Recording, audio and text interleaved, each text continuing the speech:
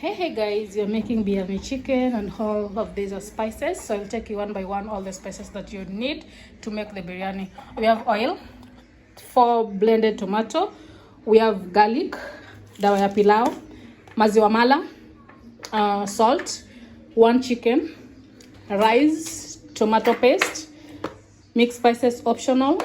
We have viazi tushapaka rangi, and we have 6 onion. So tushaweka kuku kwa sufuria, tunataka kuanza kupika. Tutamwaga maziwa mala.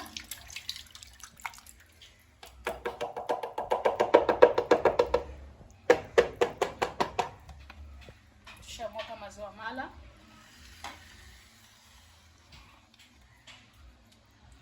Tomato, all the blended tomatoes. Garlic. Tomato paste, that is 1 tablespoon, 2 tablespoons, 3 tablespoons, 4 tablespoons. Mix them together.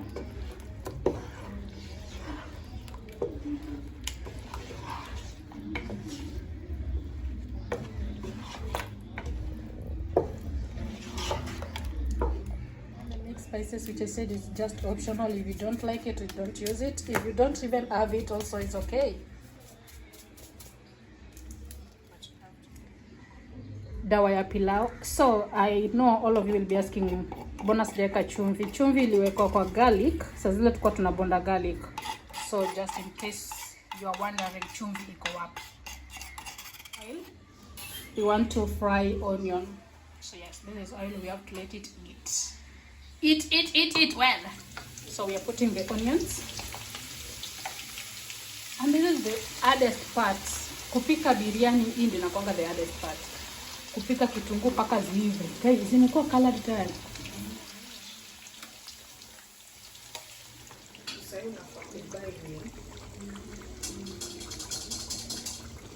So tutageuza kitunguu. It's not yet golden brown. Hii paka iko golden brown. Anyway, you guys, happy holiday. Christmas season.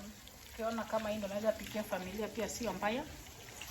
Tupike, tukule.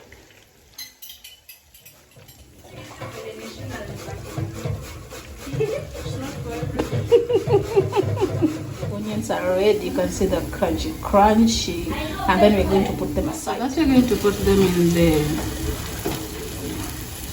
kuku. Sasa tunaziweka huko in the rojo. Kwa rojo manze. Waelewa vile unaelewa. Tukishamaliza kuzikaranga kitunguu imekuwa hivi, tunaweka kwa rojo. Alafu sasa tunaweka viazi.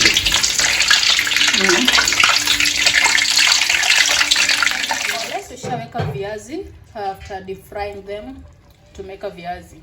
Yeah, so you need to deep fry viazi and then unaweka kwa kuku kwa rojo. So after putting everything in one place, we let them cook. Biryani is getting ready. Oh, I was supposed to say pilau. So guys, you're going to use rice cooker. If you don't have rice cooker, you can just use jiko ama gasi. So that is rice, you have washed it already.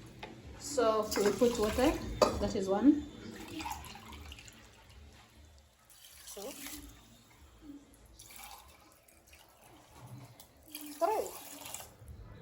oil, salt,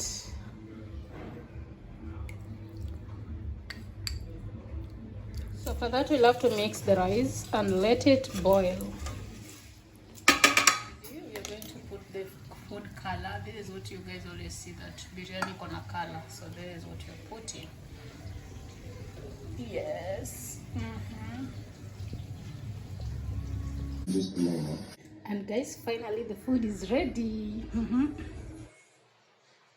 wish you all happy holiday, Merry Christmas and Happy New Year to everyone who have been supportive and sharing my videos. See you guys next year.